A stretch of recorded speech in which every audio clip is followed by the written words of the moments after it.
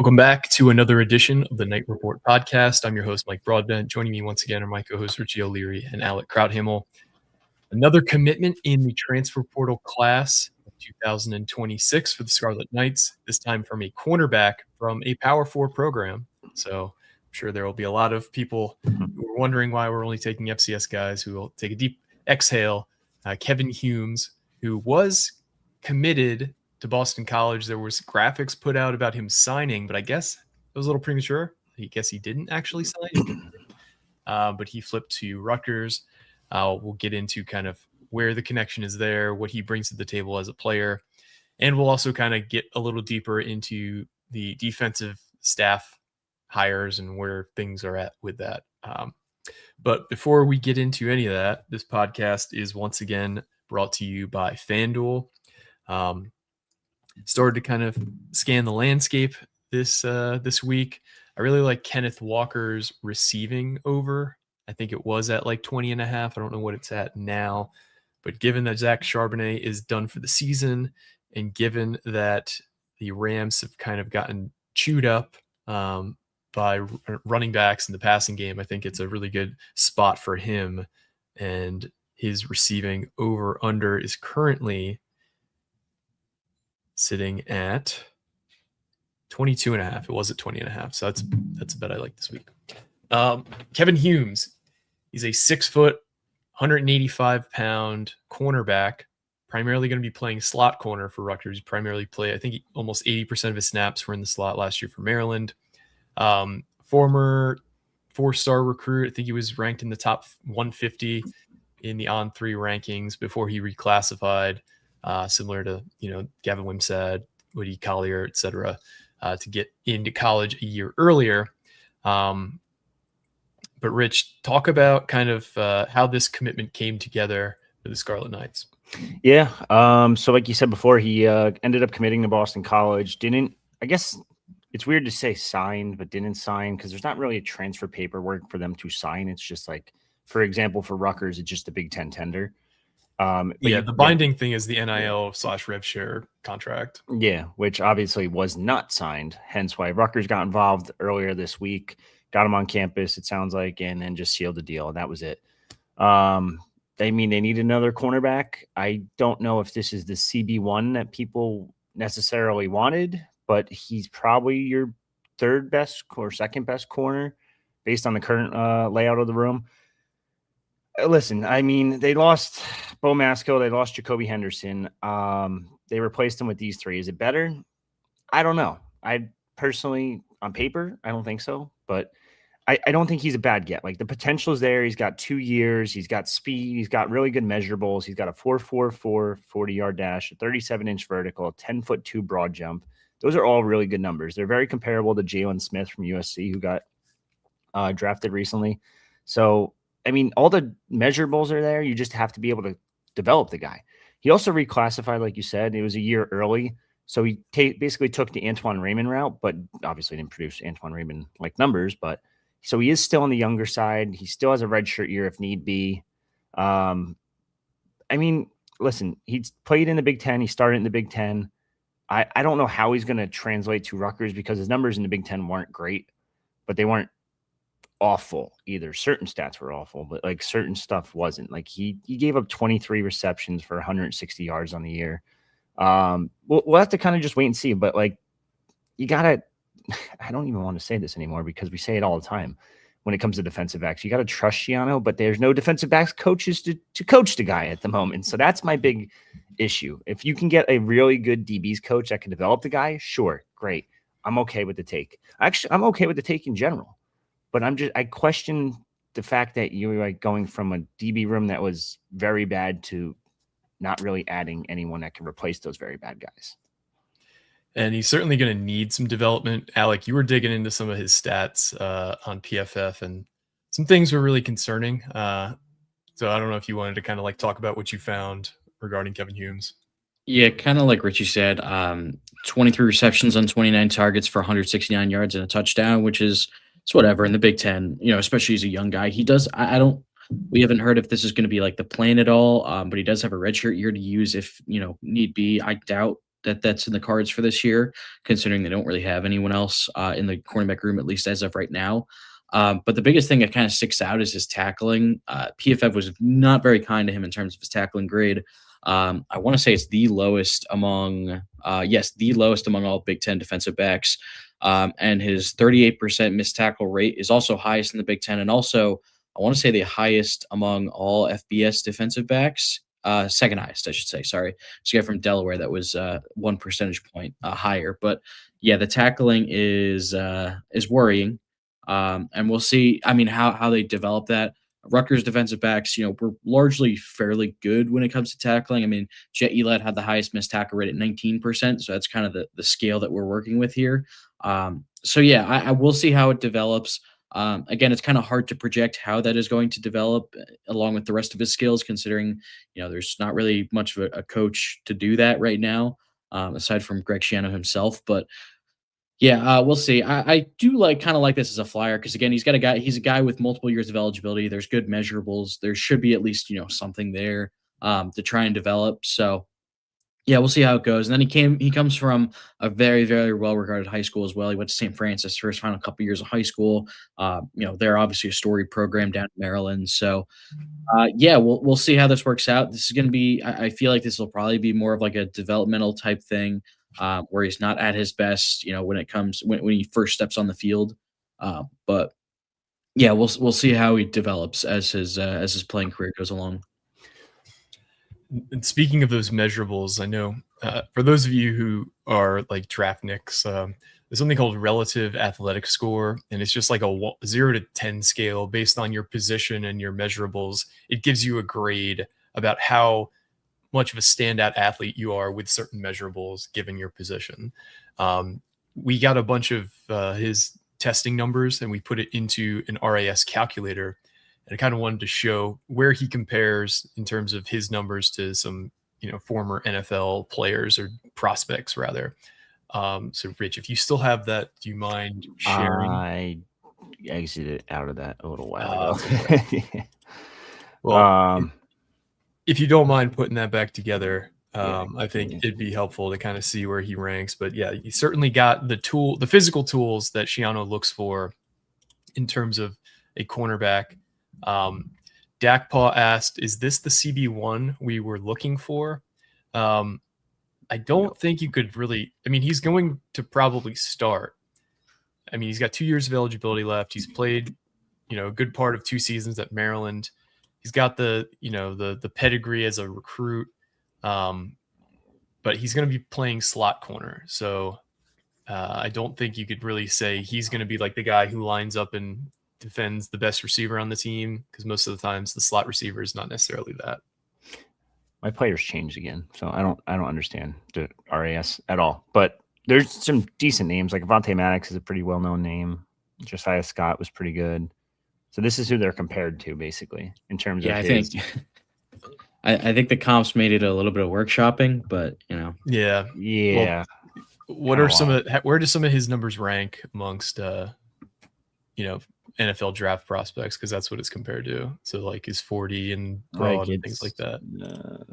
So many ads. Oh, that's why his heights. You got to fix his. I got to fix the height. All right, broad. hold on. Yeah. Let me fix all this. I'll be back. At the very least, the 40 looks pretty solid at a 4.4. For sure. Solid pickup, super athletic kid, runs a 4.4 with 37-inch vertical. Yeah, those are the numbers you want to see for a corner, and that's the kind of resounding. Like you can criticize maybe the players that they landed, but Schiano certainly stuck to an archetype when he was looking at certain players this offseason, especially at defensive back. Like last year, we didn't have a ton of speed in the room outside of Bo Masco.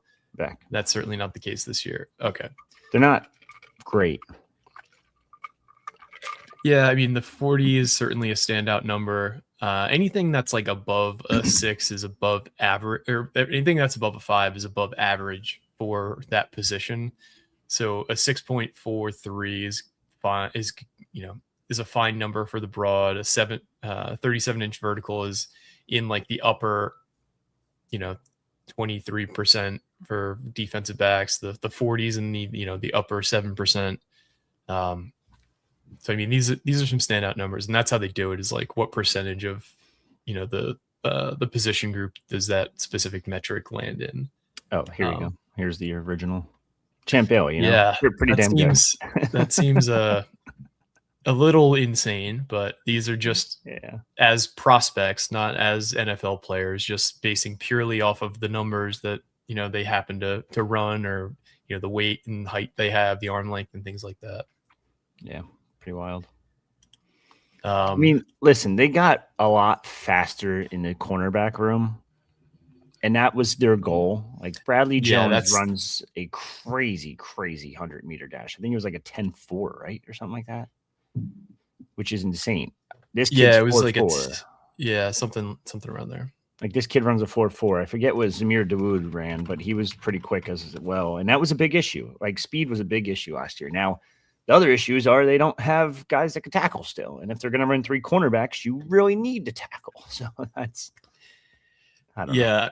Rutgers 2015 asked, do you think he stays in the slot or bounces outside? He's going to stay in the slot. I think he has the flexibility to play the outside. Like he has the length and the speed if need be, but he's going to probably be the slot guy. So you think that you think the defense is primarily a 3-corner defense given the additions that they've made? Based on the fact they're not going to add a safety, and based on the fact that, what they added at the cornerback room, it has a lot more depth. Like the safety room has what? Kaj Sanders, DK Gilly off injury, Chris Joins off injury. And that's like, I'm just perplexed by that. Like the worst position. Like, Alec, do you think what would you say was the worst position group on the team last year? Probably safety, I would say. I would agree. And they lost a starter there, which may be, addition by subtraction. I don't think Jet Elad was like an awful player. I think he was put in awful situations. But to have this position group that was so poor last year and to not add anybody at a position that, if you're looking at like the tiered rankings of what positions cost the most money, safety's not in the top 5. Maybe it's in the top 10, but it's not like we're talking about a position that, obviously you're not going to add another left tackle if you're whatever like that. That's not what we're talking about here. We're talking about a position that's fairly low paid with regard to, NIL value. Mm-hmm. And I know for a fact they haven't reached out to guys that would make a lot of sense possibly being added to the room. I don't know. Do you agree with the thought process of not adding a safety, Rich? No, it's fucking stupid.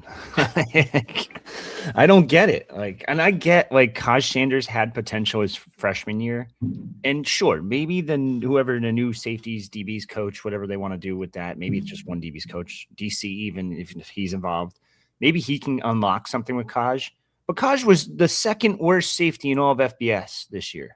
And that's saying something. That's a big drop off. You can blame coaching for a part of that drop off, but the other part of the drop off is also the fact that he had no idea what he was doing out there. There were so many times where he was out of position.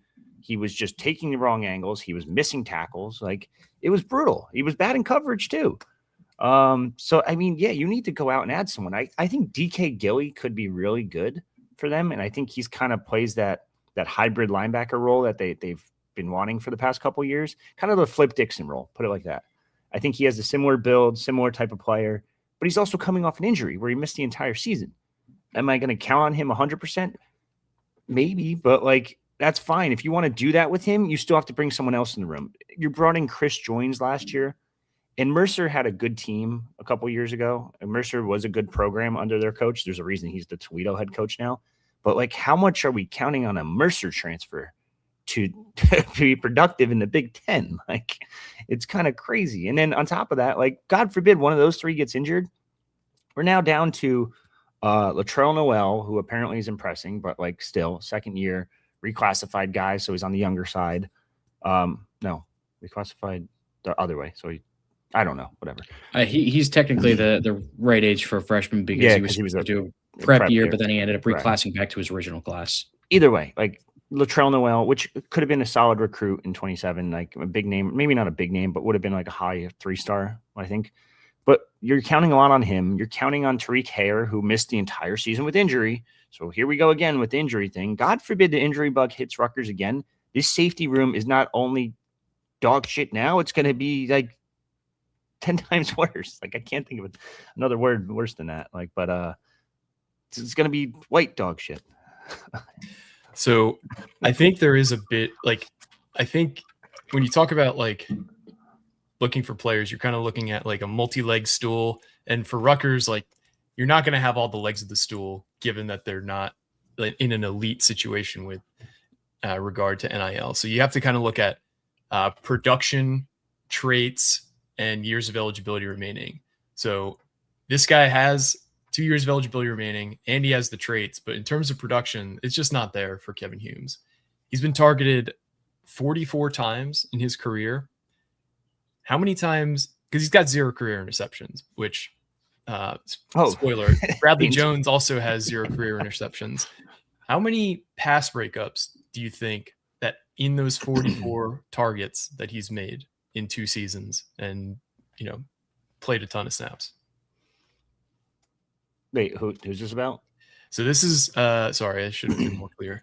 This is in regard to Kevyn Humes. He's been targeted 44 times in his career so far. Yeah. How many pass breakups do you think he has? I wrote the article, so I know. All right, Alec, I'll let you guess then, and then maybe you already know because you read the article. I'm also looking at his PFF page right now, so I also know. Uno, 1 pass breakup in his entire career. Bradley Jones has, I'm looking last year, he was targeted 43 times. He had 5 pass breakups. In 24, Bradley Jones was targeted 45 times once again, and he had 7 pass breakups. In 2023, he was targeted 22 times and had 4 pass breakups. So there's just, if we're talking about like ball skills, maybe you can refine those a bit, but it doesn't seem like, we're bringing in like playmakers at corner. And to be fair, Zamir Dawood last season, he had 2 interceptions and 13 pass breakups. So maybe they envision him as more of a finished product. And, given he's only got 1 year of eligibility, he kind of needs to be. But the production certainly is not there. Oh, yeah, Zamir Dawood does have 2 years, my bad. The production's just kind of not there for these guys. And they're relying on traits, and hopefully with whoever the coaches end up being, which I guess is a good segue into this, unless you have anything more on Kevyn Humes. I was going to say that there's some interesting things I'm looking at here on some of his like game logs. In the FAU game, he got targeted 13 times in 65 snaps for 11 receptions for only 43 yards, which is an average of 4 yards per reception. I would have to see what happened in that game because Maryland did win that game by 30. I don't know if it was just like late because FAU threw the ball 62 times in that game. So maybe it was just like they're down by 30. They're just going to pepper like dink and dunk over the middle. And Humes happened to be the guy in coverage there. I don't know. That was a bit weird. Yeah. But also he was credited with only 1 target in the Rutgers game. And it was a touchdown reception by DT Sheffield. You guys might remember the one where they actually used some motion before that. I do remember that very well. Yeah. And so Humes was actually the one they did it. Exactly. Humes is actually the one in coverage, and he kind of got burned by the motion. Richie, do you want me to it's only 1 play. Do you want me to Is it a Twitter clip or is it? It's from like the game, like the full game, but I'd say would we be okay? Yeah. Even muted, would that be? Would we be? Yeah, because okay. I don't understand how they read it, but it's pretty wild. Let me see if I can pull up the Twitter clip. Then I'll get back to you guys. My big concern with him is that started game 1 for Maryland, cool, Big Ten starter, right? Now he gets put on the bench immediately. Goes from 65 snaps to 40 snaps, 30 snaps. Starts again, game 4. Okay, maybe he is a starter. Gets put to the bench technically for Washington, but plays 67 snaps. Starts versus Nebraska. Then the rest of the season, the next 1, 2, 3, 4, 5 games, he doesn't play more than like 12 snaps per game. So this is basically what happened with Cam Miller, but Cam Miller was at a better program too. So like you can justify, all right, the guy was starting at Penn State. He ends up getting relegated to the bench, but Cam Miller was still playing 30 snaps a game. This kid went from 50, 40 snaps a game to 10 a game, even less than that, actually, if you do the average. So it's like at Maryland, like not a good Maryland team and not a good defense. Like what are we doing here? I'm just dumbfounded by the way that they've went through the portals this offseason. And it's not just me. I've had so many high school coaches text me and be like, what are they doing? I don't know. I don't either. And as fans, I know we all try and like try and see the best in everything, try and rationalize everything. I think it gets to like a mental illness degree sometimes. If you look at some of the posts on the boards, like especially with just like the we got to give him another chance. Like, bro, this is year 7. You know, I get that he didn't have the NIL support in terms of Greg Schiano, but like at some point you got to get this turned around in terms of the defense. And like, I don't know, like the inconsistency is what I don't understand. Like a guy like Lamont Lester, maybe he was asking for a ton of money, but they weren't interested in Lamont Lester because he was undersized. And we had a guy like Jaden Burnett, who is undersized, but, you know, older, more developed, seen a lot more ball, played at a higher level. So there's like ways you can kind of like make sense of some of it, but like, I don't know. It just seems like absurd. I was told a story recently about a player that they weren't interested in early on in the portal cycle who, you know, wasn't asking for a ton of money relative to some of the top players at their position. Rutgers wasn't interested. And then when he started to get a ton of Power 4 interest, Rutgers came back and was in the top 3, but a distant 3rd. So like they weren't interested in the guy, but when he started, it's like the girl who, you know, likes you, but you don't like her because other guys don't like her. And then when other guys start showing her attention, then you want to go date her. It's like you got to just be solid with your evaluations and have a better understanding. Like maybe it's a manpower thing, but it doesn't feel like they have the same kind of apparatus in place that other schools do. Even though they have made more hires, even though they have put more resources into the portal, it just feels like a bit disjointed. Especially in the sense that like we don't have half of the coaching staff right now, and we are in let's look at the defensive coordinator watch as I pull up my sicko spreadsheet of what was the Rutgers DC timeline. The sicko stat you said yesterday, that not the 40 plus day one, the other one. So I have to update it now, but in the last 414 days, so between the end of last season essentially and now, Rutgers has not had a defensive coordinator for 111 of those days. Today we have hit the 7-week mark without a defensive coordinator, which is the second longest opening if you include San Jose State, who fired their defensive coordinator mid-season. But you're not conducting a search in season for a defensive coordinator. So essentially they've been looking just as long as us, but that's the only school other than Boston College filled their role rather. That's the only school that had no DC basically from the season end and is still looking for a DC. Every other, there's 5 current openings. USC just hired their defense coordinator yesterday, Gary Patterson, but Missouri State has an opening, but that was a departure after the season, after their bowl game. Louisville has an opening, but that was something that opened up after their bowl game. UAB opened up on December 28th. And then San Jose State. Like those are the 5 schools left. Like we are 1 of 5 and the only Power 4 program who fired their DC the week the season ended and still has an opening. So like what is going on? I have people like ask me and they're like, what if he's waiting for the NFL guys? There's fucking 4 teams left. Like stop. And none of them have a guy that's like, that screams, oh, this is going to be Rutgers' next defensive coordinator. Like there's not a single guy, and people are like Partridge. No, like Partridge is not happening. Just throw that one out the window. Like it just doesn't make sense anymore. Yeah. I want to get to some of these comments here because there are some good ones.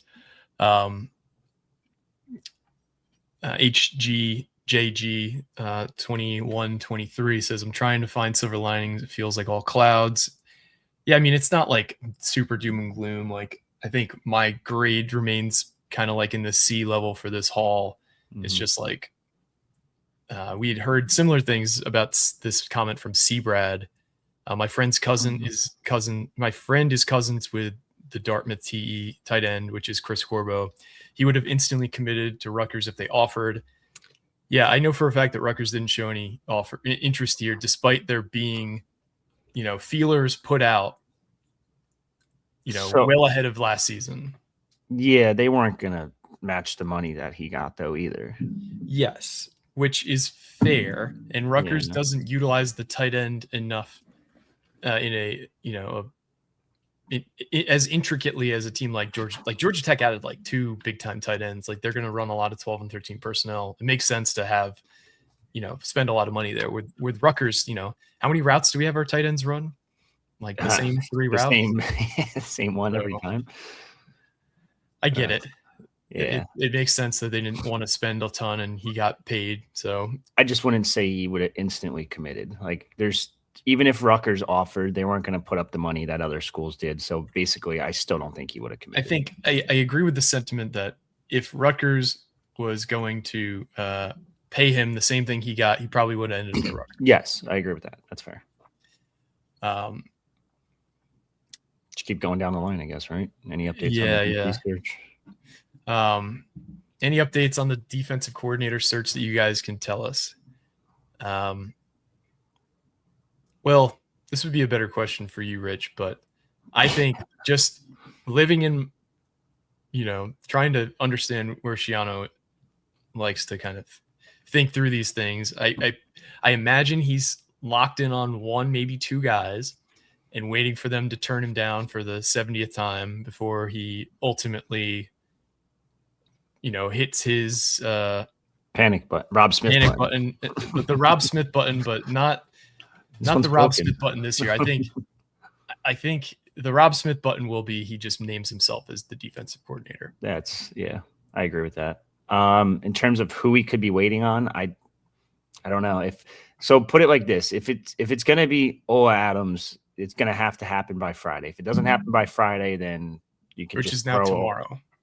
Throw Ola Adams out the window. I know there's interest from one side of it, so put that out there. I just don't know if it ends up getting done. I don't know. It's interesting because like I've talked again, I'm going back to like all the people I talked to and high school coaches and stuff like that. And the one I said, was talking to him yesterday and I was like, what do you think of the Rutgers DC job? He goes, I don't know how it's still open. And I was like, well, fair enough. And he goes, but then again, name the last OC or DC that Rutgers has turned into a head coach. And it goes Joe back. Joe Harrison. I'm sorry. Yeah. Power forward head coach. My fault. Rewind. Okay. Let's take the time machine back now. Like directly from Rutgers to Power 4 head coach? Yes.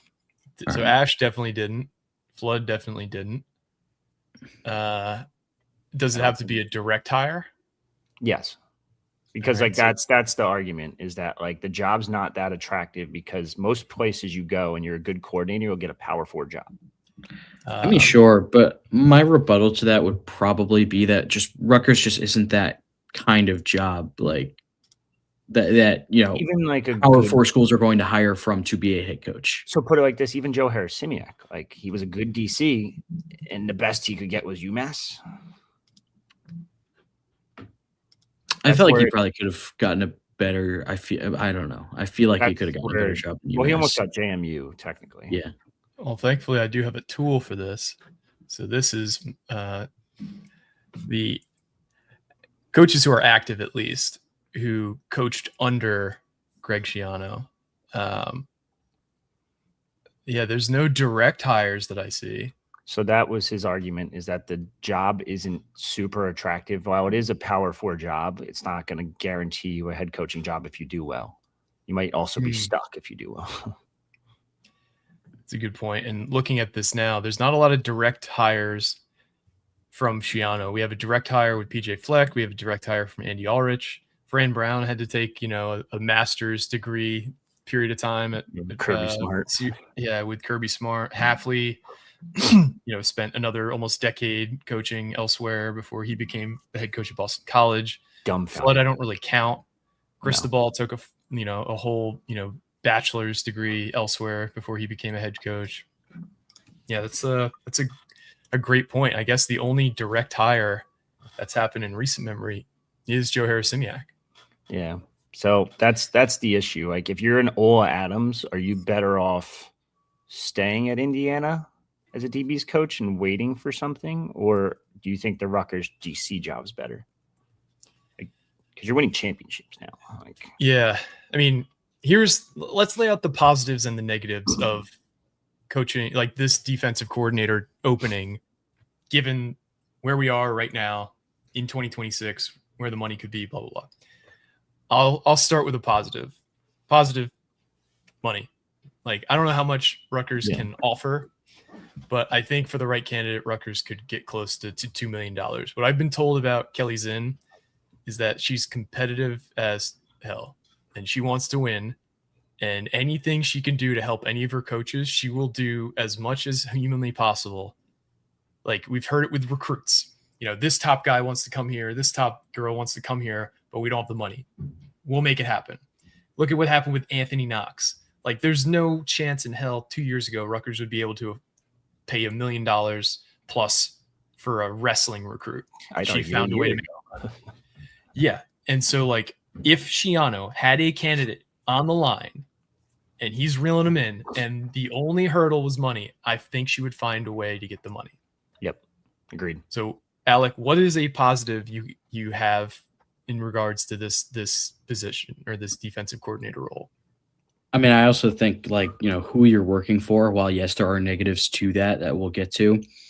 You're also working with you're working for Greg Schiano, who is a very, very well-regarded defensive coach, especially with defensive backs. I mean, you hear a lot of coaches talk about him as like one of those guys that you want to work for if you want to, get better as a defensive head coach. Now, obviously there are the downsides with, like, he can be hard to work for and things like that. But I mean, who you're working for, I think, would be a big plus to that.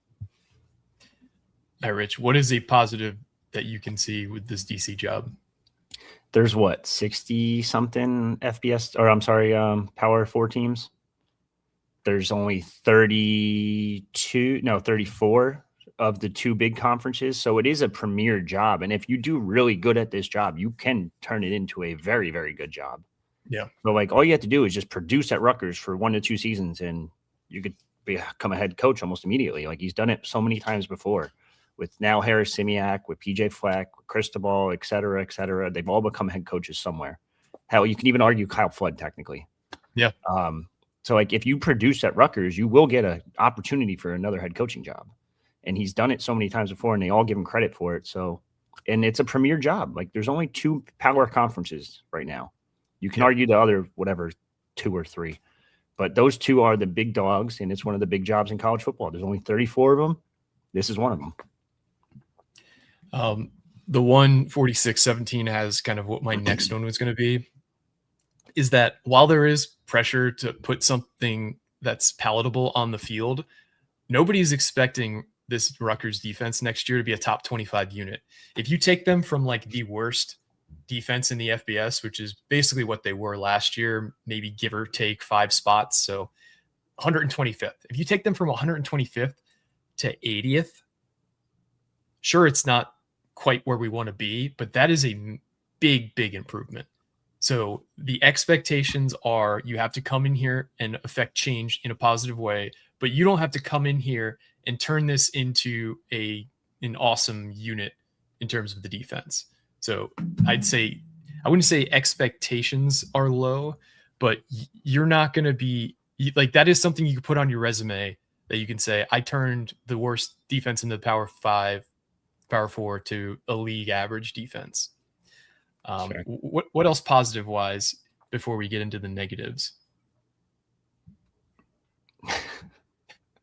I mean, you get free reign to hire your own staff. There is no staff currently. Yep. So you will be able to bring in whatever guys you need to make the job easier and make it easier for you to relay your scheme, your installs and everything into those position groups. Because you can't, as a DC, you can't be in the D line room, at the linebacker room, at the D tackles room, at the corners room, at the safeties room, all at the same time. So you need guys that understand your system and understand how to install it and how to explain it to the guys to make them understand it and what they have to do on the field. So you're able to bring in your own DBs coaches. You're able to bring in your own linebackers coaches. Hell, you could even probably bring in your own D-line coaches. Will they sprinkle in some Rutgers guys here and there? Yeah, I don't think Noonan goes anywhere. I'd be shocked if Cam Penny goes somewhere at this point. But like, you have the free autonomy to add whatever guys basically you want, like your friends, your guys. Like, look at Signetti. Signetti brought his guys from the D3 level all the way to the Power 4, and they won a championship because they understand each other. It's what's the word I'm looking for? Between connection and continuity. That is the word. There we go. So, I mean, you could bring in your guys and they can install your defense almost immediately, hopefully. Alec, you got any more positives before we turn dark? We're not I talking think about dark side. We're talking dark isn't bleak. Dark I think we went through a lot of the positives. The Seahawks thing now, actually. Right, Alec? Yeah, a lot of the dark side? Yeah.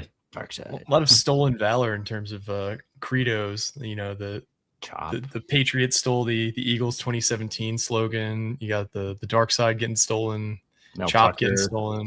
Yeah, he got chopped.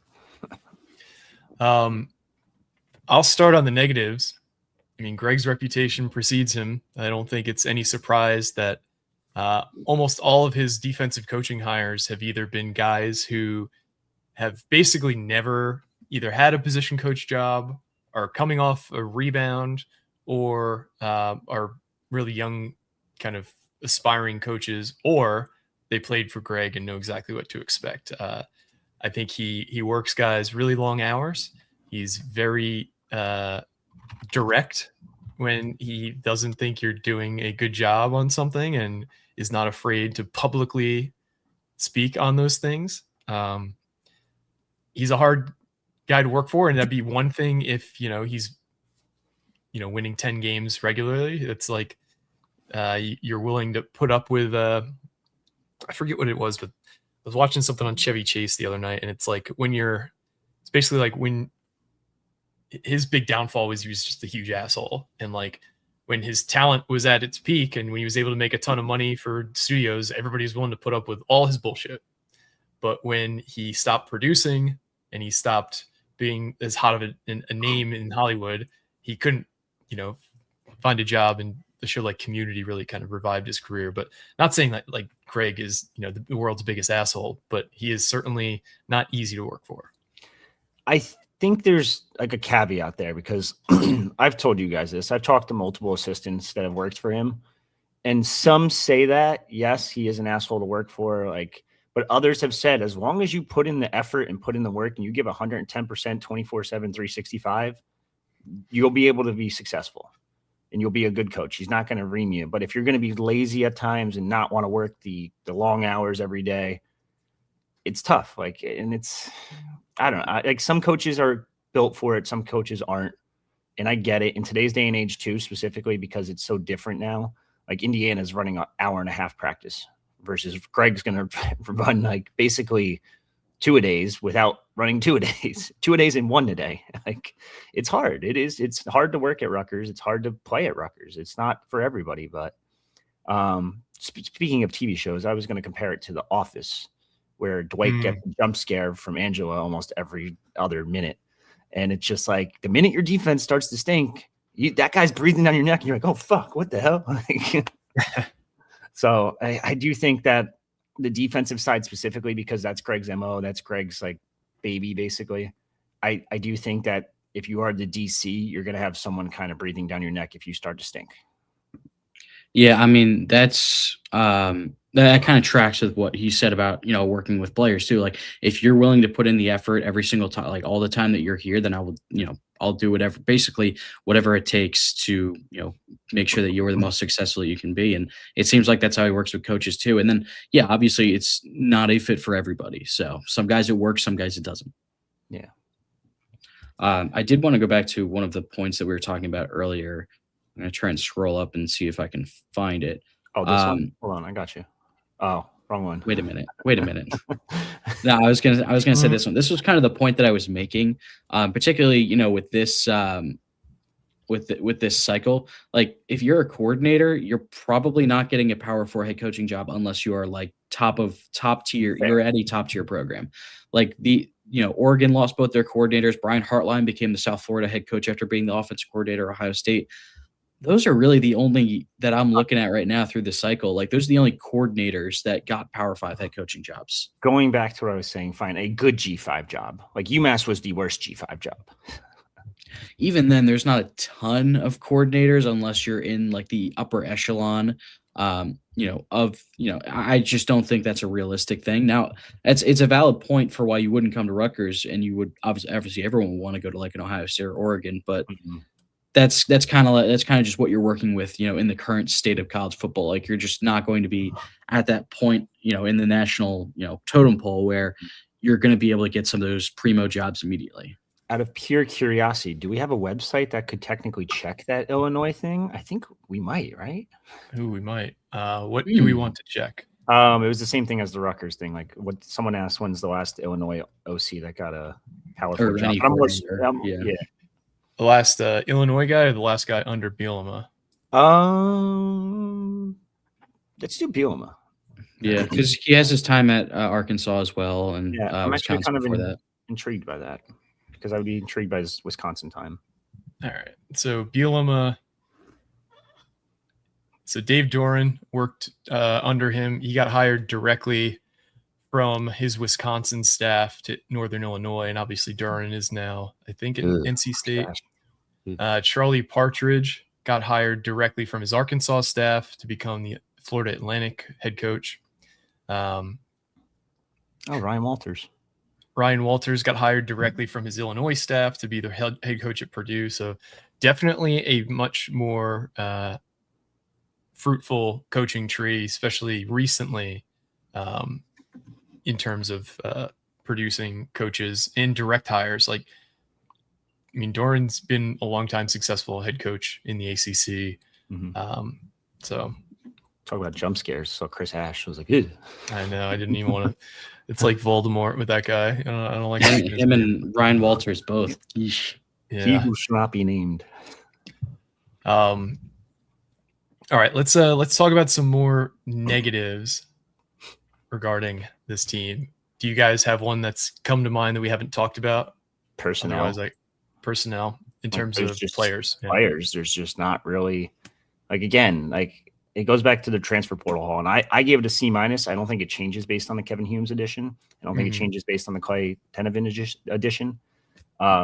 It's still just an overall C-, and the only reason I'm giving it a C- is because the offense, I guess, maybe. I don't know. Like, there's some pieces there. Like, I think Clay Tenovin is actually a really good piece, but that's offense. The biggest issue with this team was defense.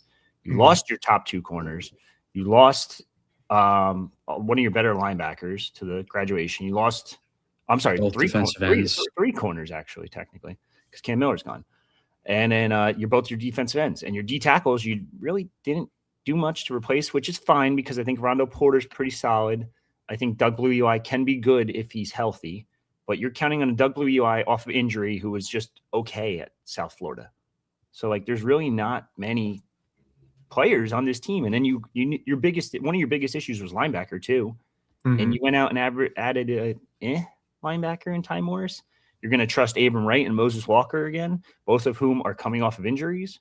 So it's like Kaj Sanders was the worst FBS safety, and you're going to trust the other other safety spot with two guys that are coming off an injury. So it's just like, what is going on?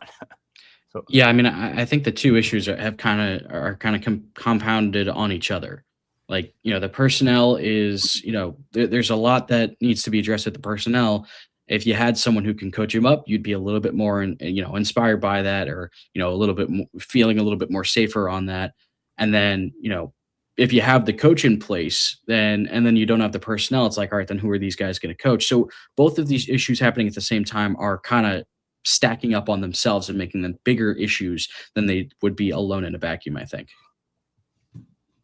Yeah, for just to add on a bit to that, like, there is not like a standout player that you can like start to build your concepts on defense around. Like, who would you guys say is the best player on the defense in 2020? Like, if you're projecting it, who's going to be the best player on the defense in 2026? Rondo Porter. Who and is that's a D tackle. who has 1 year of eligibility and has never played a snap for Rutgers. Maybe take a flyer on Kaj Sanders really taking that leap, but at the same time, can you trust that? I think you're on the right track, Alec, but even that, he was the second worst graded safety in PFF last year in all of FBS out of almost 900 qualifying safeties. And that is the guy that comes to mind after some thinking of who the best player on the defense is going to be. Moses Walker, because he showed signs of life before he got hurt. Yeah, a guy who's coming off of an ACL or whatever he had. Yeah. So and then it's not his first ACL either. It's just I don't want to pick a newcomer because we don't know much about them, and they're all coming from the G5 level. So it's really tough to pick. Yeah, from one of those guys. I almost want to say DK Gilly because I thought he looked really good before he got hurt. But again, coming off an injury. A guy coming off an injury who's never taken a snap. Yeah. So it's fucking bleak. We don't have dudes. And maybe they'll develop guys into dudes. That's a great question. DJ McClary? Yeah. No. We haven't really developed a ton, especially in the front seven on defense under Shiano 2.0. It goes back to this, and it's I guess, right? But this should have happened last year while you were struggling and said, fuck it.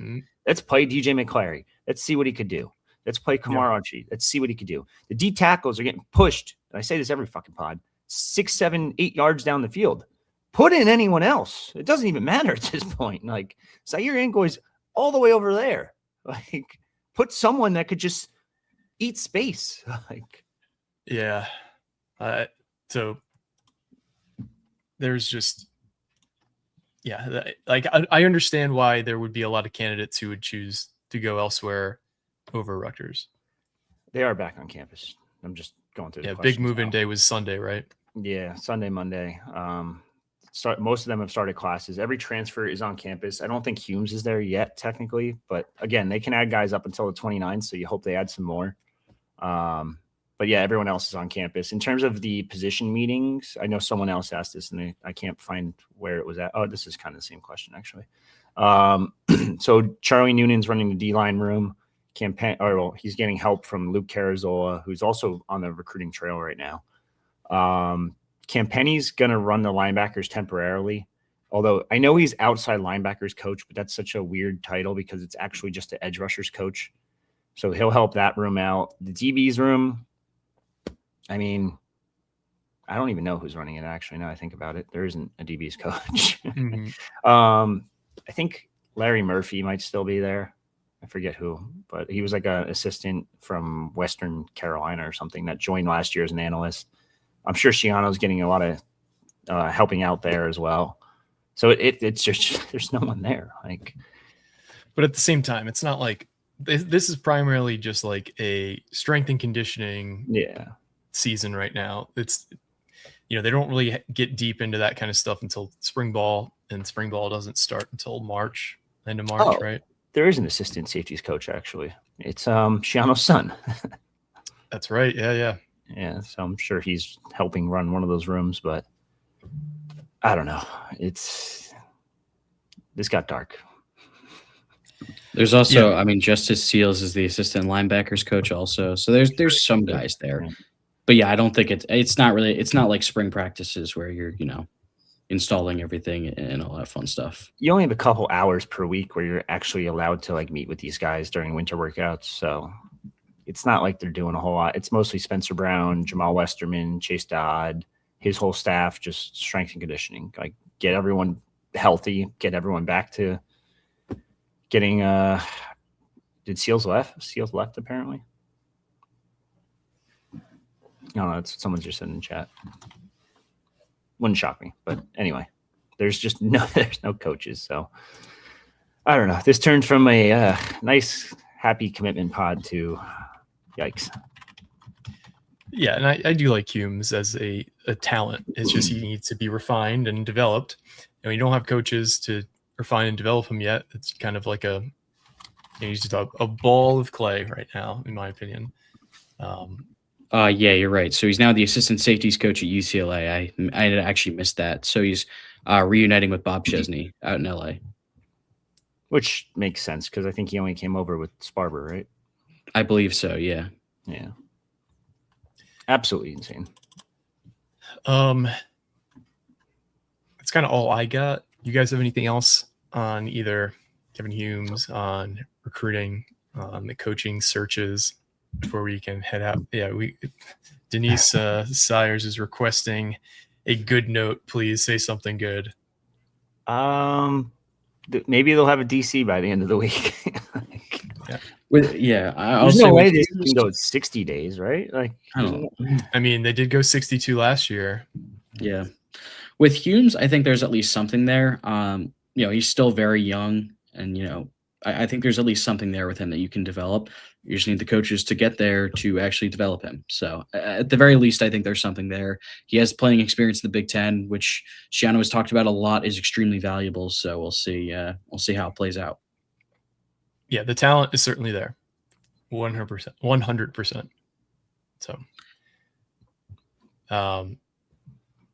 Thomas K asks, anyone else they're targeting in the portal that you're aware of, I guess?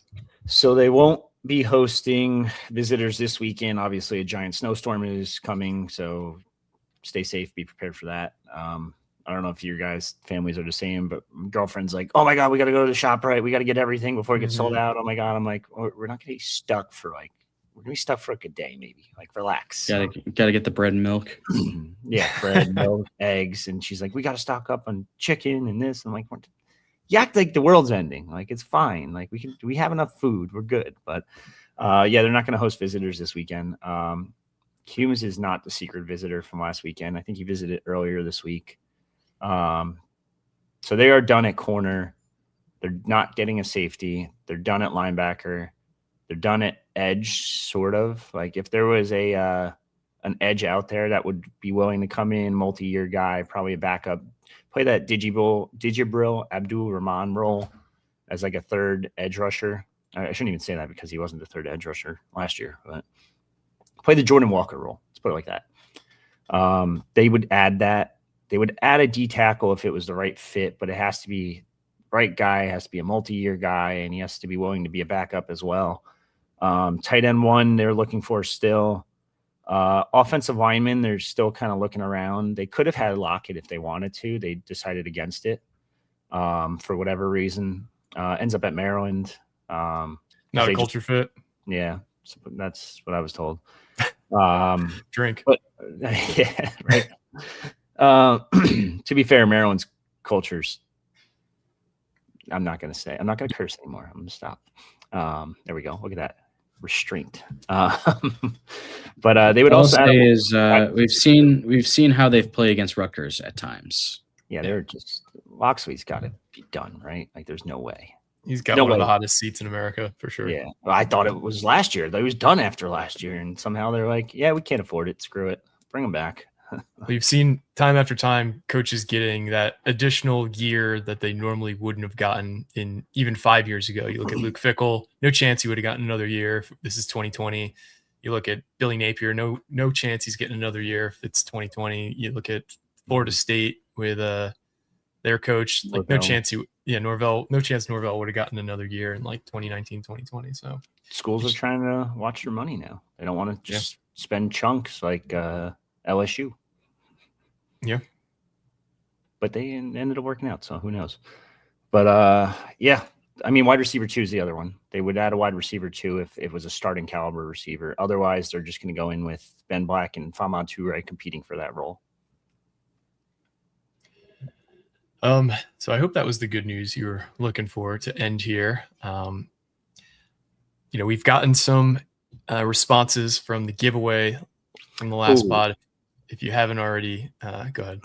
Yes. So I have seen the emails from 2 of you so far. Neither of you was the first place winner. I forget who the first place winner is. I think it was Thomas Yaney. So I have to wait for him to respond. So I didn't respond to those 2 yet. And I apologize. I probably should have sent an email back, and I'll respond to it after this pod. But we are waiting on that guy to pick his first prize, and then we will go based on the other prizes. So So if we don't hear from you, Thomas, in, I don't know, by February 1st, we're going to there you go. draw another name. But I think that's all we got. Hopefully there will be white smoke from the Hale Center in the next 24 to 48 hours regarding some coaching news. And if there is, we will be here to talk about it. But that's all we got for you guys today. I want to thank our sponsor, FanDuel, once again. Rich, it seems like you got something else real quick, because Gio asked this question twice, so I feel bad that we didn't answer it. Dazier probably will play a lot. He's going to compete for that slot position with, what am I thinking of? Michael Thomas. The two of them will compete for that, and that's the slot role this year. So no slot receiver transfer this year. Positive. So yeah, that's really all we got. But thanks for listening. Thanks for telling a friend. Thanks for liking, subscribing, and all of the whatnot. Alec, what is your final thing? Go see. There's a new deal. Okay. Right, Richie? New deal? Oh, yeah. You could sign. The 50% is gone because you guys missed out on it. If you did, sorry. You could still sign up for $1, though. It's a great deal. Right now, just sign up for $1. Check it out. You don't like it, cancel it. I guarantee you won't cancel it, though. And it's like an addiction. Once you get to that board, like you're stuck for life. You're going to like what we post. I guarantee it. Yeah. Well, maybe not right now. Well, regardless, that's really all we got. Thank you all for listening. For me, Richie, and Alec, this has been another edition of the Night Report podcast. Signing off.